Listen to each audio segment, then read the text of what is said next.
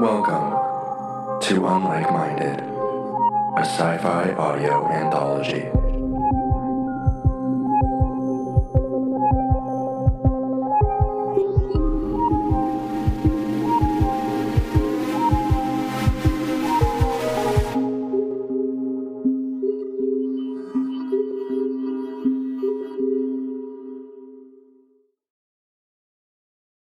A Perfect Day by Victoria Liu.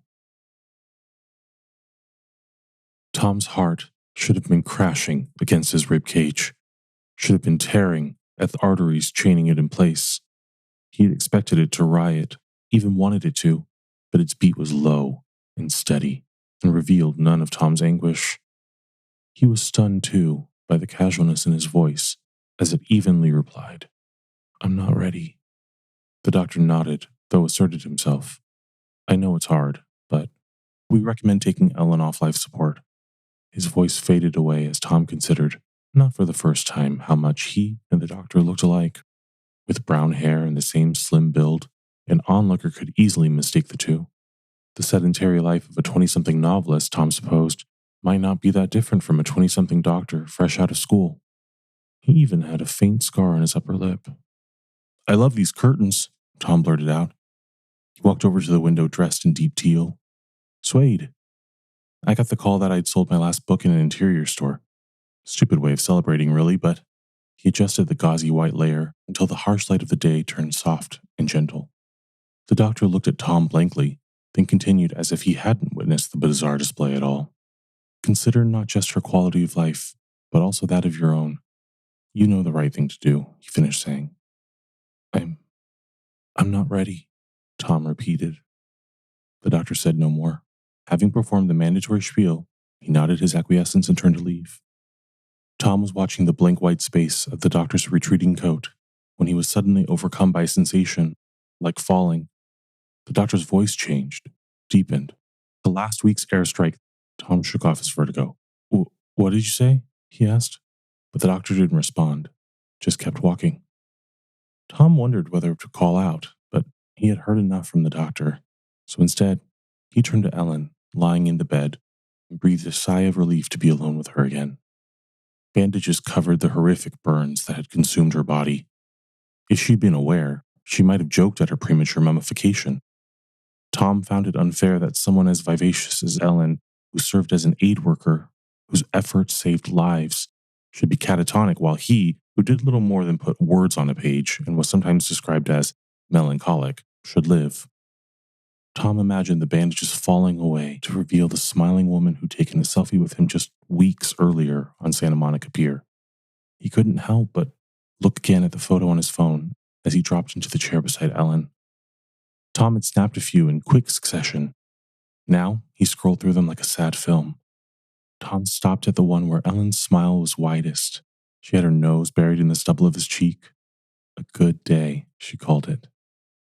He wondered if they hadn't argued if she'd have said it was a great day, possibly even a perfect day. Tom wished he could go back, make it perfect. Then maybe Ellen wouldn't be lying in a hospital bed. Maybe they'd be lying in his bed instead, like they had been that morning. If only he could. "Go back," he whispered. A purple and green swirl appeared at the bottom of his phone screen. "Going back," his phone replied. Tom looked at it quizzically. The swirl quickened, whipped round and round with greater velocity until the colors blended into white and lifted from the screen. With it came the wind, a gentle breeze that gathered force. Gusts of air and light engulfed Tom. He held his arms up to shield against the growing gale. As the light became blinding, Tom slammed his eyes shut. Just as quickly, the air calmed and the light retreated. When Tom opened his eyes again, he was there, May 2nd, on the boardwalk, holding up his phone to take the selfie. Ellen kissed his cheek and spread the warmth of the day across his skin, driving away the chill of sterile air conditioning. Tom looked down at her soulful brown eyes and freckled nose. He brushed a hand through her blonde hair, amazed at the living, walking being whose body was pressed against his. Ellen returned a curious gaze. "What?" she asked. Tom didn't know how to respond. "You're beautiful," he heard himself say. Ellen gently pulled on the back of his neck. She brought her lips up to his, and the air around them crackled. "Should we Ride the coaster? Ellen asked, looking around. Tom clocked the uncertainty in her voice and suddenly questioned why he'd brought her here. It had seemed right that she should see an icon of the city, but Ellen wasn't interested in amusement parks. She liked art and philosophy. More than once, they'd stayed up late talking about the universe and what place they could have in it. Ellen did have fun at the pier, but it wouldn't be a part of her perfect day.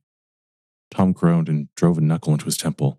He wasn't sure how it worked, but he thought he should give it a go. He opened the settings of his phone, manually set the time for 8 a.m. What are you doing? Ellen asked. In case it didn't work, Tom whispered as quietly as he could. Go back. Going back, his phone replied. And suddenly, they were in Tom's bed, Ellen's hips thrusting against his own. He hadn't planned on returning to this exact moment, but somehow it felt like the universe was rewarding his efforts. This time, he held himself back until Ellen shuddered and collapsed against his chest. Then Tom let himself go too. Spasms of pleasure coursed through his body and his undeserving heart. Ellen buried her head in his shoulder. What a great way to start the day, she murmured. Tom glanced at her. But not perfect. He reached for his phone. Ellen shuddered and collapsed against his chest. Tom let himself go too, then reached over the side of the bed. Snuck out and got these this morning, he said sheepishly. He pulled out a bunch of roses, a bunch of hydrangeas, a bunch of orchids, of peonies, lilies. My favorite, Ellen mumbled. How'd you know? You mentioned it once, Tom said with a smile. Ellen melted into the crook of his neck. What a perfect way to start the day.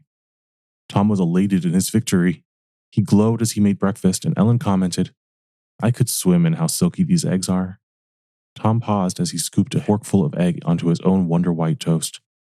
What about the bread? He asked. Perfection, she'd replied. But Tom wasn't fooled. He'd noted the pause before her response. After Tom had made his 20-second omelet over toasted whole wheat rye, he drove them to the Getty, where Ellen looked pensively at a Botticelli and lamented of herself, I wish I could appreciate art before the 20th century. Tom took out his phone. Inside the Broad, basking in the multichromal light of a Kunz, Ellen sighed, it just says everything about capitalism that needs saying, doesn't it? Tom pretended to understand what she meant. He gave a thoughtful, Ellen giggled. I guess this isn't your thing, but thank you for bringing me here. She kissed Tom with a depth he wasn't sure he'd ever felt from her before. And Tom, exhausted from all his efforts, could have gone another week fueled by that single injection of euphoria alone. I have one more surprise, Tom said. As night set over the city, Tom held Ellen's hand as tight as he could, pulling her through the crowds of Griffith Observatory into its empty planetarium. Can we just come in here? Ellen asked. Something's about to start, Tom replied. No one else is here, Ellen whispered back. Welcome, Tom and Ellen, to your private show, came the booming voice of a disembodied astronomer. The dome lit up with the setting sun and the constellations that littered the night sky. As they traveled across the cosmos, Tom thought about how he would follow Ellen to the ends of the universe. He wondered if she'd do the same. So he asked. Ellen's smile twinkled with the mischief and curiosity that poured into her ambiguous response. Why? Because to me, this has been a perfect day, Tom replied. Ellen nodded. I wish there were more days like this. There can be, was Tom's hopeful response. You know that's not possible, Ellen replied. Tom saw her fighting to keep her sadness at bay, but after all he'd done, it still crushed him to hear the words come out of her mouth. Don't go, Tom said in barely more than a whisper. Ellen gave him a gentle kiss. That's always been the plan. This has always had an end date. Plans can change. Tom hated how pitiful he sounded. People are relying on me. Ellen looked away, her voice prickled with resentment. What if I've come to rely on you? For what? Ellen looked amused again. For your morning memes, our midnight calls, and to keep me up to date on all the products that have managed to license Hello Kitty? For everything? Ellen frowned. She pulled away. You think you know me, Tom, because you know my favorite flowers, my favorite foods, my favorite things to do. But right now, I exist more up here, she pointed to his head, than here. She placed a gentle hand on his heart. If that's not knowing someone, then what is? Tom almost shouted with accusation. It's hard to describe, Ellen said, dropping her head into her hands. When she looked up, the face of her doctor stared out at Tom. Tom yelped and jumped back. Ellen resumed her normal visage and continued, "If I had to." Tom cupped Ellen's face with a hand and rubbed a thumb along her chin just to verify it was her. He refocused on her voice. "If I had to, I'd say knowing someone is understanding the why. Why the lilies remind me of the happiest time of my life. Why I connect more strongly with pop art than Renaissance classics. Why planets and stars fill me with more awe than anything on Earth ever could. Then tell me." Tom took Ellen's hand wistfully. Ellen withdrew her hand. "That all takes time, and ours has run out. We have more than you know." Tom couldn't help but smile with his secret knowledge. Ellen shook her head. "What you know about someone isn't something that's downloaded. It's learned, organically, in different places and from different moments as we yell at each other, pout, then make up and find our way back." "Then let's argue now. I don't want you to go." Ellen took another moment.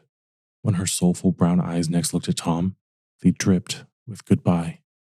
"I'm so glad that of all the bars in all the world, the one downstairs from your apartment gives discounts to residents and gives members of the public the key to its toilet." Tom couldn't help but laugh. Ellen continued more earnestly. "We were gifted an incredible sliver of time together, but we have our own lives and our own paths we need to follow. Maybe one day our paths will cross again." Ellen stood to go. Tom instinctively reached out to grab her hand. "What if they don't?" "Well, that doesn't make this crossroad any less beautiful." She hadn't pulled away, but she hadn't looked back at him either. "You know the right thing to do, Tom." "That's what the doctor said." "What doctor?" Tom shrunk back in his seat. He let go of her hand. "Thank you," she said, "for the perfect day." "I think it might have been more for me than for you," Tom eked out, struggling with a finality in Ellen's voice. She gave him a smile that said, "I know." Then she walked away. The dome turned to darkness around Tom as he curled into himself, suddenly cold and dizzy with vertigo. Tom shut the eyes that prickled with a threat of tears. When he opened them again, he was in his own bed, staring at the picture of Ellen with her nose buried into the stubble of his cheek. Go back, go back, go back," he mumbled. His phone was unresponsive. Tom dropped the useless slab to the side and stared at the shadow of a bird in the tree beyond his gauzy white curtains. Incensed by its happy chirping, he drew the teal suede drapes, plunging his room into darkness. The only light now was his TV. On it, a newscaster gave a live update from the Middle East. "We return now to last week's airstrike that killed 7 Americans. The identity of the final victim is 27-year-old aid worker Ellen Yo. Yo had just returned from a 3-week leave in Los Angeles." Tom's heart should have been crashing against his ribcage, should have been tearing at the arteries chaining it in place. He had expected it to riot, even wanted it to. But its beat was low and steady. Tom wasn't ready, so he pulled the covers over his head and revised his perfect day.